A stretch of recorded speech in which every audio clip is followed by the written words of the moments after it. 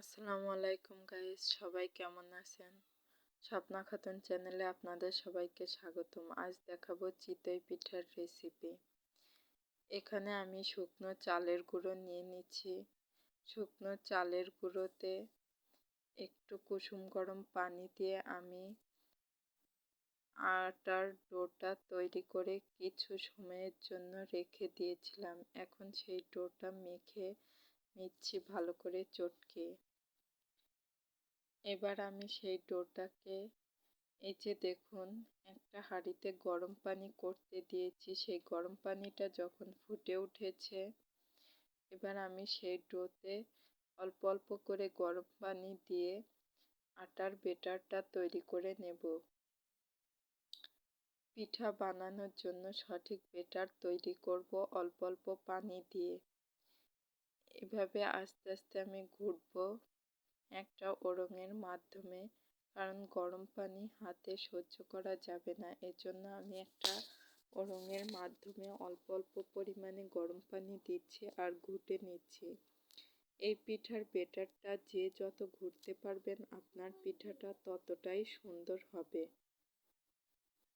এজন্য আপনি ধীরে ধীরে কিছু সময় নিয়ে পিঠার ব্যাটারটা আস্তে আস্তে আমি ঘুটে তৈরি করব।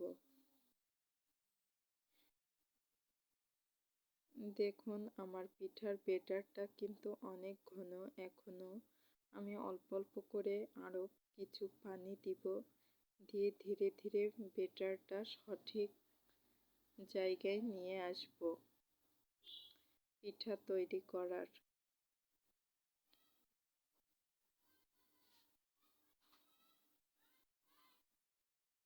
আপনারা যারা এখনও চ্যানেলটিকে সাবস্ক্রাইব করেননি, অবশ্যই এই চ্যানেলটিকে সাবস্ক্রাইব করবেন, লাইক দিবেন, কমেন্ট দিবেন এবং শেয়ার করে পাশে থাকবেন। এই ব্যাটারের ঘনত্বটা এখনও অনেক বেশি, এজন্য পিঠার ব্যাটারটা তৈরি করতে আমার এখনও আরও অল্প অল্প পরিমাণে পানি দিতে হচ্ছে। আমি দিয়ে ব্যাটারটা পিঠার জন্য সঠিক নিয়মে নিয়ে আসব। এই যে দেখুন, আমি অল্প অল্প করে পানি দিচ্ছি আর ঘুরতে থাকছি। এবার লবণ চেখে দেখছি লবণটা ঠিক আছে কিনা। আমার পিঠার ব্যাটারটা প্রায় তৈরি হওয়ার মতো হয়ে আসছে। এই যে পিঠার ঘনত্বটা এখনো কমপ্লিট হয়ে গেছে। এবার আমি চুলার মধ্যে একটা খোলা বসিয়ে দিয়েছি, পিঠা তৈরি করার খোলা। এটা হচ্ছে আমার লোহার খোলা। আমি কিন্তু মাটির চুলা ব্যবহার করি, আর মাটির চুলাতেই খোলাটা বসিয়েছি, কোনো গ্যাসের চুলায় না। এবার মাটির চুলায় মিডিয়াম আঁচে জাল করব এবং খোলাতে তেল দিয়ে ব্রাশ করে নিচ্ছি। যখন খোলাটা তেল দিয়ে ব্রাশ করার পর গরম হয়ে আসবে, আমি তখন পিঠার ব্যাটারটা দিব পিঠা তৈরি করার জন্য। এবার আমার খোলাটা গরম হয়ে গেছে, আমি পিঠার ব্যাটারটা আস্তে আস্তে সব কয়টাতে দিয়ে দিচ্ছি এক এক করে।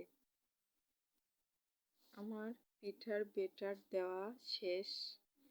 এবার আমি পিঠার খোলাটাকে ঢেকে দিব 2-3 মিনিটের জন্য মিডিয়াম আঁচে।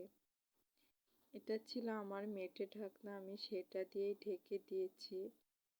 দেখুন বন্ধুরা, আমার পিঠেগুলো কি সুন্দর ফুলকো এবং ছিদ্র হয়েছে। আর এই চিতই পিঠাটা যদি ফুলকো হয় এবং মচমচে হয়, খেতে কিন্তু খুব স্বাদ হয়। দেখুন, আমার উল্টো পিঠে একদম সাদা ধবধবে হয়েছে এবং উপরের পিঠেও পিঠাটা ফুলকো হয়েছে এবং ছিদ্র হয়েছে। এই পিঠাটা কিন্তু খেতে খুবই স্বাদ লাগবে এবং অসাধারণ স্বাদ। আপনারাও চাইলে এভাবে পিঠাটা তৈরি করে নেবেন। এবার আমি আবারও ওই পিঠাগুলো তুলে শেষ করে তেল দিয়ে ব্রাশ করে হালকা করে আবারও পিঠার ব্যাটারটা দিয়ে দিব। এভাবে পিঠার ব্যাটার দিয়ে এক এক করে আমি সবগুলো পিঠে তৈরি করার চেষ্টা করব। যে ব্যাটারটা তৈরি করেছিলাম সবগুলো পিঠা তৈরি করে নিব। আমি আবারও কিছু সময়ের জন্য ঢেকে দিলাম। এভাবে এক এক করে এই দেখুন আমি অনেকগুলো পিঠা তৈরি করে নিয়েছি। আমার পিঠাগুলো খুব সুন্দর এবং ফুলকো হয়েছে। এই যে দেখুন, এমন সুন্দর ফুলকো পিঠা খেতে কার না ভালো লাগে, কারই না পছন্দ। আমাদের কিন্তু এই চিতই পিঠা গ্রামের মানুষের খুবই পছন্দ। যারা এই পিঠাকে অনেক কঠিন মনে করেন তারা এই পিঠাটা এভাবে পিঠার তৈরি করে খুব সহজেই পিঠাটা বানিয়ে নিতে পারবেন। আপনাদের যদি এই রেসিপিটা ভালো লেগে থাকে অবশ্যই আমার মতন করে চেষ্টা করে একবার বানিয়ে দেখুন।